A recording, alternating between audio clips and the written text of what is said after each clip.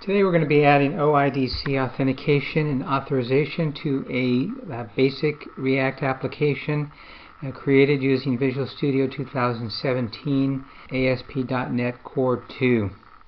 We're going to start by adding our OIDC authentication.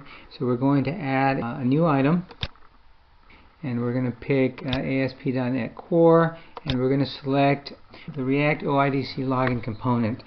You can find this on the Visual Studio Gallery or our website bssdev.biz. So we'll click Add. There's no need to type a name. And this will add several components to our application. So we have our OIDC login React component. We have another file called OIDC config where we specify our configuration. We have our signed in view which redirects logged in users, and we have a readme file. So we'll open up the readme file and we'll see what we need to do to get this thing working. So we'll just move this over to the side here so we can see both items at the same time. Alright, that should do. It says here next steps, so we have a few things we need to do. We need to install this package, Identity Server 4 Access Token Validation. So we'll go ahead and copy this line, and we'll open up our NuGet Package Manager console. Just waiting for that to initialize, and we'll paste our command and let that run. We need to add a couple of npm dependencies, so we're just going to copy this little block here in step 2 and find our package.json file, and down here below the dev dependencies section we'll paste that in, dependencies. Okay, so when we save that npm, it'll download those new packages. We'll close that for now. Next thing we need to do is modify our startup.config services method. So we'll copy this block here. We'll go down here to startup. We'll find our configure services. So we'll just paste it right there. We need to add a line to our startup.configure method. So we'll copy that block there, and we need to paste it before the use MVC line. So we'll paste it right here. We need to add an authorize attribute to our controller views. In this case we'll be working with sample data controller. So we're going to paste this on the controller. This is going to add authorization to the controller, and it's only going to make it access to individuals who have logged in. So we have a little warning here. We need to add a using statement. So select Microsoft.ASP.NET Core authorization. Okay. We need to add our actual OIDC login component. So we'll be adding that to our nav menu. So we'll copy this import statement. There's our nav menu here, and we'll paste it right up here at the top. So that's good. And then we'll copy this OIDC login, and we're going to paste that just right underneath this navbar brand. So that's our actual login component. We'll just do a save all. A couple more steps here to follow. We need to implement the login in our component views. So we'll copy these imports,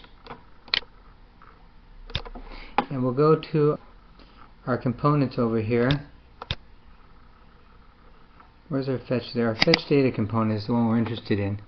And so we'll paste our imports at the top, and we'll just give it a moment here for that. Okay, so this didn't resolve right. This is actually not at that level. I think it's at the parent level. Okay, so we're good. And we have to add a field to our state to track the authenticated user. So here's our state right here. So we'll paste a field called _user, and the only reason we've named it underscore is just in case of naming conflicts. It'll be empty up until the user authenticates, then we'll have an object there. Now down in the constructor we're going to add a small block of code that will actually get our authenticated user. So here's our constructor, and right here, right after the set state and before we do any fetches, we're going to add this block here. Now this block is going to get our authenticated user. And then when we do have a user, then it's going to update the state. It's going to update that underscore user field that we just created with your authenticated user. And then we have to modify all of our fetch statements slightly. So we'll comment this guy out here, and we'll just change that to this little small block here. And the only difference is that we have to pass some configuration settings. We've got these fetch settings that come out of our OIDC config file. We'll take a look at those. And it indicates that we're going to use CORS mode, and we're going to pass credentials to same origin URLs, and we're going to pass a bearer token. So this token we're going to get from our identity server when the user logs in, and we're going to attach that to every single fetch. So that's how we're going to protect our API. And this is actually a method, and we're going to pass that user field that we added to our state. So we need to do that to every single fetch. Add this additional config.fetchSettings method. One more thing now. We're going to add this little block here on the render method, and this is simply going to return a message that indicates that there's no access for anyone attempting to access this component who is unauthorized. And at the top, add this little block. So if state._user is null, then we're going to return this OIDC unauthorized component, and that's just a real simple component that right there that displays a message that the user is unauthorized and they must be logged in to view this page.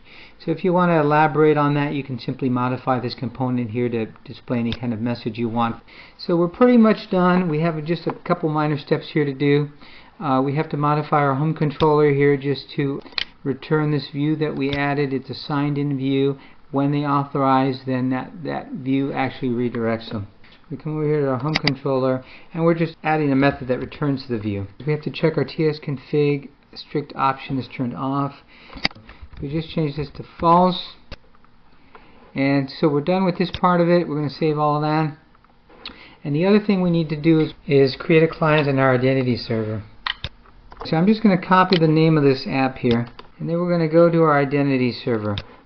So this is at ids.bssdev.biz. You can create a free developer account here. So we're just going to log in, and I've already created a free developer account.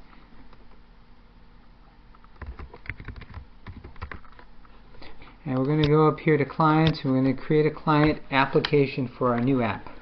So we're going to create a new client. So we'll use the wizard. So we just select single page application, which is what we have, and we have some information here that tells us about naming conventions. So I'm just going to call this client the name of the app that I just created, and we'll go like this: Test React Application. So the user will see this if you indicate that you want the user to consent. The internal name will be Test React App. We click Next. Okay, we do need our URL. We come over here to Properties and Debug, and we'll just copy our URL here. Okay, we'll paste it here, and actually what we need is that home signed in page there for the redirect. So after they log in, then this page will actually redirect them back to the application. And when they log out, we just want to take them to the root. The root does not require any authentication. And we paste the URL again here. This just simply means that that's going to be our origin. Click Next. And we're going to leave OpenID and profile check. OpenID is required for authentication, and the profile is required for displaying the login name. And we want to check this box down here, create an API and scope using the same name as the client. So this is just going to make it easier for us, and we don't have to manually create an API client. And that's it. We'll click Finish, and we're done. So now we'll build our application.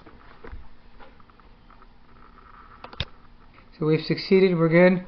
So we'll run the application, debug, start without debugging. And let me just log out over here. Okay. So here we are, unauthorized. We log in.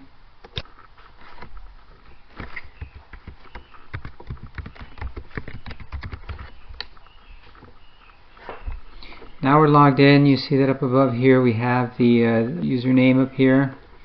Now when we click fetch data, it works. We get our data, we have access. If we log out, then that is blocked again. So there's our authentication, our login, and our authorization controlling our API.